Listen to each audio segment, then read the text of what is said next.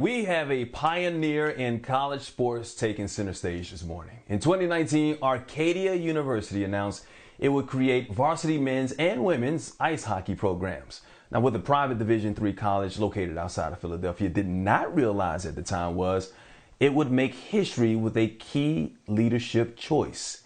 Anthony Amey explains. I played a tough game. I relied on my physicality and my size and my strength. One way or another, I was getting there. Through power, passion, and persistence, Kelsey Koelzer has always been getting there. She started playing hockey at age 4, but that often meant skating in boys or co-ed leagues in the Philadelphia area. She has made a career out of breaking the ice, although it started with gender more than race. Early on, the fact that I was a girl playing a boys sport heavily outweighed the fact that I was black. It was not something that was focused on. It was not something that was necessarily brought to my attention that frequently. What I most frequently got was, girls don't belong on the ice, you don't belong here, that kind of thing. That's not to say color wasn't an issue. Hockey is a sport starving for more diversity, and Kelsey found it's not always a welcoming one. My sophomore year of high school, that was the first time that I myself had been close enough to hear an opposing player use the N-word towards me. The shock kind of hit me for a couple of seconds, and then kind of the rage took over, and I chased him up the ice, and I shoved him from behind, and was pushing his back and stuff like that. I retaliated, and I was the one that wound up in the box, and that, I think, that instance was the real teaching point for me, because here I was sitting in the box, serving a 2-minute penalty for, really just kind of defending myself against what is absolutely an inappropriate comment to make. But at the end of the day, what did that get me? All it got me was, a 2-minute penalty for roughing. Her opponent later apologized, but it's a memory that stayed with Koelzer, even as she excelled at every level. Here comes Kelsey Koelzer. With room, the senior captain comes in onside, dragging it to the front. She scores! At Princeton, Kelsey posted 100 points in 128 career games, all while playing defense. She earned first-team All-Ivy League honors 3 times, and the Conference Player of the Year award in 2016. The senior captain also became the school's first ever first-team All-American. Out pass for Kelsey Koelzer, moves in, shoots, scores! Kelsey Koelzer! Her remarkable resume vaulted Koelzer to the #1 draft pick in the National Women's Hockey League by the Metropolitan Riveters. No black player had ever been selected first overall in any professional North American hockey league. Within 2 years, Koelzer helped the Riveters complete a worst-to-first turnaround and win the 2018 Isobel Cup. But after grinding through 3 injury-plagued seasons and fully understanding the economics of women's professional hockey, Kelsey began looking at other opportunities, and she found one in her own backyard. It was really kind of that perfect place, perfect time kind of situation. I was thinking more and more about how much I really had left to give to my playing career. And so seeing the opportunity at Arcadia open up was something that I definitely couldn't pass up on, because I knew I still needed hockey to be that overwhelming factor in my life. But having it from now a coaching standpoint and getting to contribute to future women's college experience is just as great in my mind. Arcadia didn't even offer varsity hockey when Kelsey came aboard as the women's head coach in September of 2019. So now she's building an entire program and recruiting a full roster for competition that starts in the fall. Admittedly, it was a tall task for a 24-year-old. I kind of sat down and questioned myself a bit of, can I do this? Are people going to listen to a 25-year-old, a 24-year-old at the time, head coach? But kind of thinking back to all the things that I'd overcome throughout my 4 years at Princeton is something that's always pushed me to keep going. Being Ivy League educated, having played at an extremely high level, having been through everything that she experienced on the ice, with her ties to the local area, understanding the showcase scene, the tournament scene, the rinks in the area. She sold us. She sold us on her vision. She sold us that she was the right person and had the means to be successful and could really be a really good fit for Arcadia. Neither Kelsey nor the university knew it at the time, but Koelzer's hiring was historic. College hockey dates back more than 120 years, yet Kelsey is the NCAA's first ever black head hockey coach at any level, and that includes both men and women. I remember sitting back and going, that can't be right. Like, you know, I mean, obviously hockey is not the most diverse sport, but you look at people like Willie O'Ree, who broke the color barrier of hockey decades ago, and you're like, how? That just can't be right? Like, there has to have been more progress made in the last few decades that, you know, there's really been this focus on diversity in hockey. Does someone see Kelsey's story? Do they become motivated by that? Do they feel that they can accomplish things and follow their passions and become something?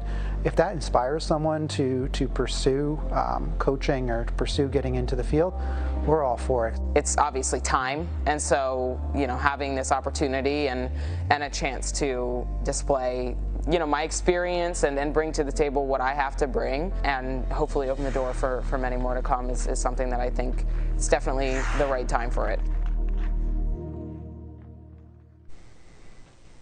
You know what Wonderful story. Okay, she's incredible, first of all. Yeah, it is. Yeah, she but is, there's something that I notice about her when she talks. It translates to seeing her, you know, on the ice. She is perfectly comfortable in her skin. And, you know, Very that sounds much like a no-brainer, but when you are on the ice where you're the only one, two ways, you know, because there's not a lot of black hockey players, and to then show up and know that you belong exactly where you are, I find it remarkable. Yeah, she what struck me is she said that she noticed more about the lack of her gender than her race. We're going to talk to her in just a few minutes about that. But like you said, there aren't that many black hockey players that are out there in the NHL, especially women hockey players. I think in the college ranks, I think there are only like 13 altogether, from what I understand, maybe more. And that's triple the amount that they had back in 2009 for someone like her to play hockey and did a great job. And she deserves this job to get an opportunity at the age of 24, 25 years old when there aren't that many people in the pipeline of coaching. This is a remarkable story. And we're just going to you know, hope that everything works out for her at Arcadia.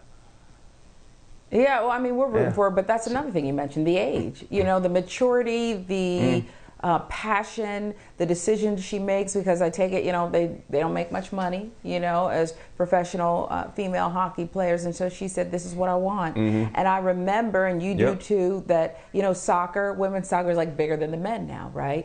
But there was a time when, you know, it was just kick a ball around, these are just girls, and so maybe she'll do that for hockey too. Yeah, we've seen it in the Olympics, and the women's hockey team, very good, you know, very well rounded as well. And I used to work with a lady named Linda Cohn when I was at ESPN. Huge hockey lady. Sure. She loves hockey. Right. And her passion for it. So there are a lot of women who actually have a passion for the sport. We don't need to see more people, and especially more people of color actually playing the sport. But guess what? Guess what we have, I promise? We have the young lady herself. We have Kelsey Koelzer, who is joining us live on Start Your Day. Congratulations, Kelsey. Happy to have you here on Start Your Day. Congratulations. Once again, you deserve this. We're so happy for you. But you even said when you got hired, you didn't even realize that you were making history. So as the first black head coach in hockey, and I don't even think they had a black head coach in the NHL yet, is there a pressure? Do you feel a sense of responsibility? Overall, how does that feel? Yeah, it obviously impacts how I go about my day-to-day. I try not to let it, you know, make me too nervous. I try just day in and day out to be myself and to make sure that what I'm doing is leaving a lasting impact. I think that's what's most important. If I put a good foot forward and I'm representing myself well, and thus, you know, there is this sense of representing the gender and the race as a whole. And so I just like to make sure that I'm putting a good foot forward and I'm doing the absolute best that I can, so that at the end of the day I can say I did everything in my power to positively impact the game of ice hockey. You know, Kelsey, one thing we know about coaching is we always hear about it's a fraternity. It's a tight, small circle. You earn respect when you actually played the game. I want to know about that fraternity in hockey because you are a pioneer as the first, whether you knew it or not, you know, just trying to love and play hockey and recruit. What about the coaching fraternity? Have you heard from people? Are you getting just the general respect? Yes, I definitely think that I am. From the very first tournament that I went recruiting at, obviously being 24 years old, you know, very new to the scene, to that scene, I had a lot of support right off the bat. I had coaches that were also starting brand new programs in other areas of the country that really kind of took me under their wing and helped guide me around the tournaments. And I think in the game of women's hockey, there's more this sense of support than this sense of, you know, getting one up on each other. And I think that's something that really makes women's hockey so special. So to feel that support from a very early start in my coaching career was, I think, instrumental in helping me get where I am now, just, you know, a year and a half later. Yeah, look, I just mentioned the stats, and correct me if I'm wrong, but there aren't that many black women hockey players out there. I think 13 in the college ranks, and that's tripled from 2009. A lot of factors involved in that. Hockey is a very expensive sport. It's not something that a lot of black people really get into. But your hire, making this history, the exposure that you're going to get from this, how do you think that's going to encourage more African Americans or people of color to actually get into the sport and start playing it? Well, for the sport of women's hockey, all along we've said exposure is key. And so I think that applies equally as well in this situation. If younger girls can see, wow, look at everything she's done throughout her not just playing career, but then staying in the sport and staying in the sports field in general beyond and holding a leadership position. If those younger girls can see, you know, what I'm doing, what those 13 girls in NCAA hockey are doing, and see where the sport has taken them, I think that really helps to make those long travel trips. And for parents seeing, you know, that it can take kids to college, that kind of helps to lessen the burden of the financials, you know, from a younger age. And it really just gives them someone to look up to. That's really what is so important, especially in the sport of hockey, with it being a tight-knit community. Seeing someone that looks like you makes a tremendous difference when you're considering all of the time and effort and resources that it takes to play the sport. Mm-hmm. Yeah, but Kelsey, then, you know, you talk about looking up to someone. Who did you have? Who were your role models growing up in the sport? Especially because there was not much diversity, gender, color, you know. So who did you look up to that made you say, this is what I'm doing? Yeah, it's funny. I actually, because of the time and the lack of females really within the sport, I had to kind of combine multiple role models into what I thought would be my role model. And so I was lucky enough that at the time, you know, women's hockey in 1998 was entering the Olympics. And so I had those women to look up to. Amey Granato is obviously somebody that from a young age has been a pioneer within women's ice hockey. And so I certainly looked up to her. But then to get that aspect of, okay, I need someone that, you know, it's not just a girl, but someone that, you know, kind of looks like me, has the same skin tone. And so for that, I ultimately had to turn to NHL players. And I knew that the NHL was never going to be my final landing place. I knew that that was not something that happened. But to say, hey, look at someone like Jerome McGinley, who was absolutely a star, a leader in the NHL. Look at where he's gotten, looking the way he looks, and with his skin color, kind of combining him with the female women's hockey players that were in the Olympics. That was ultimately what I had to do in order to find that perfect role model to say, hey, I know I can keep going in this game.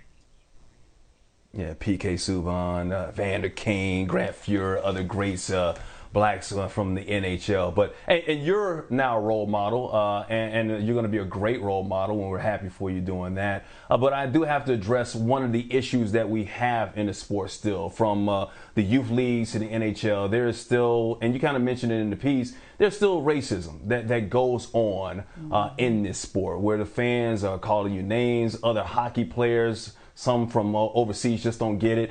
What do you think the leagues, the hockey world period, can do more to help stamp out this type of racism so that more and more players are involved and not feel like they're being targeted?